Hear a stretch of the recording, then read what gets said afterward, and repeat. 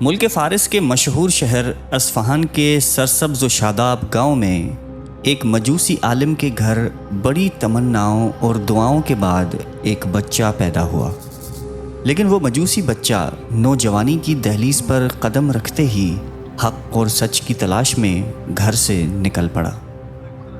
وہ تنہا نکل کھڑا ہوا اور صحراؤں، پہاڑوں اور اجنبی ملکوں کی خاک چھانتا رہا۔ اس راہ میں اسے غلامی کے تلخ دور بھی دیکھنے پڑے، آزمائشوں کی آگ میں جلنا پڑا، مگر دل کا چراغ بجھنے نہ پایا۔ آخر کار وہ مبارک ساعت آ پہنچی جب اس نے اپنے مقصد کی منزل مل گئی اور بارگاہ رسالت صلی اللہ علیہ وآلہ وسلم میں حاضری کی سعادت نصیب ہوئی۔ وہ خوش نصیب غلام حق جسے ایمان و رفاقت رسول صلی اللہ علیہ وآلہ وسلم کی دولت نصیب ہوئی، تاریخ میں ہمیشہ کے لیے حضرت سلمان فارسی رضی اللہ تعالیٰ عنہ کے نام سے یاد کیے گئے۔ آج کی اس ویڈیو میں یہ ایمان افروز داستان ان کی تلاش حق اور سفر ایمان کی ایک جھلک ہے۔ حضرت عبداللہ بن عباس رضی اللہ تعالیٰ عنہ فرماتے ہیں کہ مجھے حضرت سلمان فارسی رضی اللہ تعالیٰ عنہ نے اپنی آپ بیتی سناتے ہوئے بتایا کہ میں اصفہان کی ایک بستی کا رہنے والا ایک فارسی نوجوان تھا۔ میرے والد علاقے کے زمیندار تھے۔ وہ مجھ سے بے پناہ محبت کرتے تھے۔ مجھے سخت حفاظت کی تحت لڑکیوں کی طرح گھر میں رکھا جاتا۔ میں نے مجوسیت میں ایک بلند مقام حاصل کیا، جس کے بعد زرتشت عقیدے کے مطابق مجھے مقدس آگ کا مستقل نگران بنا دیا گیا۔ والد صاحب کی بہت بڑی جاگیر تھی۔ ایک دن وہ گھر کے کام کاج میں مصروف تھے۔ مجھ سے کہنے لگے کہ بیٹے، آج میں کچھ مصروف ہوں، تم جاگیر کا چکر لگاؤ۔ انہوں نے چھوٹے چھوٹے کچھ دیگر کام بھی بتائے۔ میں ان کے حکم کی تعمیل کے غرض سے باہر نکلا تو میرا گزر عیسائیوں کے ایک گرجا گھر کے پاس سے ہوا۔ وہاں میں نے پہلی بار ان کی عبادت کی آواز سنی۔ کیونکہ میں تو گھر تک ہی محدود تھا، دیکھنے کی خواہش ہوئی۔ چنانچہ میں ان کے پاس چلا گیا۔ مجھے ان کی عبادت بہت اچھی لگی اور بے اختیار میری زبان سے نکلا، واللہ یہ اس دین سے بہتر ہے جس پہ ہم ہیں۔ میں غروب آفتاب تک ان کے پاس ہی بیٹھا رہا، جاگیر کی طرف گیا نہ کوئی اور کام کیا۔ میں نے گرجا گھر کے لوگوں سے دریافت کیا کہ اس دین کا اصل کہاں ہے۔ انہوں نے بتایا کہ ملک شام میں۔ پھر میں نے گھر کا رخ کیا جہاں والد پریشان بیٹھے تھے۔ انہوں نے میری تلاش میں چند لوگ بھی بھیج دیے تھے۔ مجھے دیکھتے ہی پوچھا کہ بیٹے، تم کہاں رہ گئے تھے؟ میں نے کہا، ابا جان، میں گرجا کے پاس سے گزر رہا تھا، وہاں عبادت کی آواز سنی تو اندر چلا گیا۔ مجھے ان کی عبادت اچھی لگی، وہاں کافی دیر تک بیٹھا رہا، اس لیے دیر ہو گئی۔ والد نے کہا کہ بیٹے، اس دین میں کوئی خیر نہیں ہے، تمہارا اور تمہارے آباء و اجداد کا دین اس سے بہتر ہے۔ میں نے کہا، ہرگز نہیں، اللہ کی قسم، وہ ہمارے دین سے بالکل بھی بہتر نہیں ہے۔ والد صاحب میرے خیالات سے خوف زدہ ہو گئے کہ کہیں میں ان کا دین نہ قبول کر لوں۔ چنانچہ انہوں نے مجھے گھر میں ہی قید کر کے پاؤں میں بیڑیاں ڈال دیں۔ عیسائیوں نے مجھے پیغام بھیجا تو میں نے کہا کہ جب تمہارے پاس شام کے عیسائی تاجروں کا کوئی قافلہ آئے تو مجھے اطلاع دینا۔ جب ان کے پاس شام کے عیسائی تاجروں کا قافلہ آیا تو انہوں نے مجھے اطلاع دی۔ میں نے اپنے پاؤں کی بیڑیاں نکالیں اور ان کے ساتھ شام آ گیا۔ شام پہنچ کر میں نے ان سے پوچھا کہ تمہارے دین کو ماننے والوں میں سب سے بہترین شخص کون ہے؟ لوگوں نے کہا، کنیسا کا پادری۔ میں پادری کے پاس پہنچا اور اس سے کہا کہ میں تمہارا دین سیکھنا چاہتا ہوں، تمہارے ساتھ رہ کر تمہاری خدمت بھی کر لوں گا اور دین بھی سیکھ لوں گا۔ اس نے مجھے اپنے ساتھ رکھ لیا، لیکن میں نے دیکھا کہ وہ ایک برا آدمی تھا۔ لوگوں کو صدقے کی ترغیب دیتا۔ جب لوگ صدقے کی چیزیں دیتے تو مسکینوں میں بانٹنے کی بجائے اسے اپنے پاس رکھ لیتا تھا، حتیٰ کہ اس سے سونے چاندی کے کئی مٹکے بھر لیے، لیکن پھر جلد ہی اس کا انتقال ہو گیا۔ لوگ اسے دفنانے کے لیے جمع ہوئے تو میں نے ان سے کہا کہ یہ ایک برا انسان تھا، تم لوگوں سے صدقے کی رقم اکٹھی کر کے مساکین کو بانٹنے کی بجائے اپنے پاس جمع کر لیتا تھا۔ لوگوں کو میری بات پر یقین نہیں آیا، لیکن جب میں ان سب کو خزانے کی جگہ لے گیا اور اسے کھودا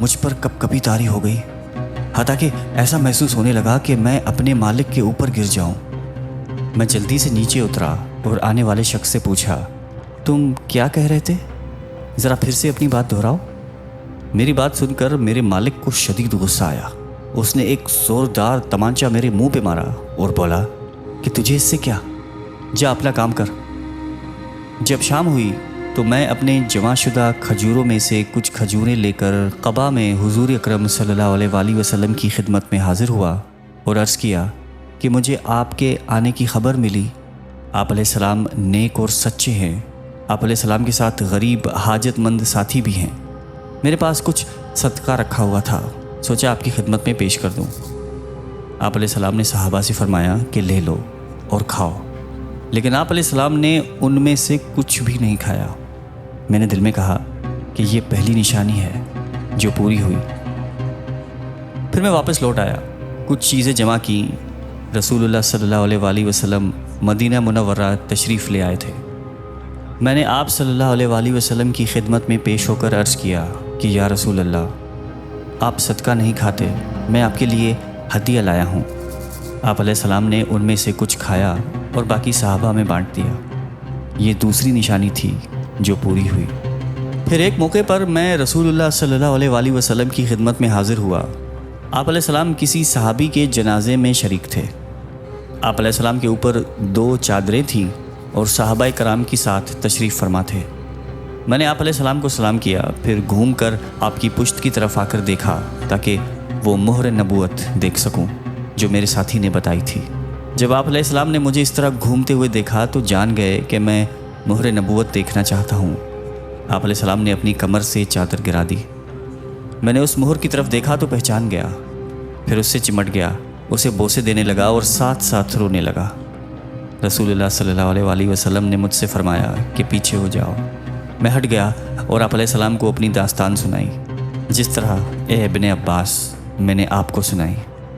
رسول اللہ صلی اللہ علیہ وآلہ وسلم کو یہ بات پسند آئی کہ میں اپنی داستان آپ علیہ السلام کے صحابہ کو سناؤں۔ اس کے بعد حضرت سلمان فارسی رضی اللہ تعالیٰ عنہ غلام ہی رہے۔ غلامی کی وجہ سے غزوہ بدر اور غزوہ احد میں شریک نہیں ہو سکے تھے۔ حضرت سلمان فارسی رضی اللہ تعالیٰ عنہ کا مجوسی نام مابا تھا۔ خاندان کے بارے میں زیادہ معلومات دستیاب نہیں۔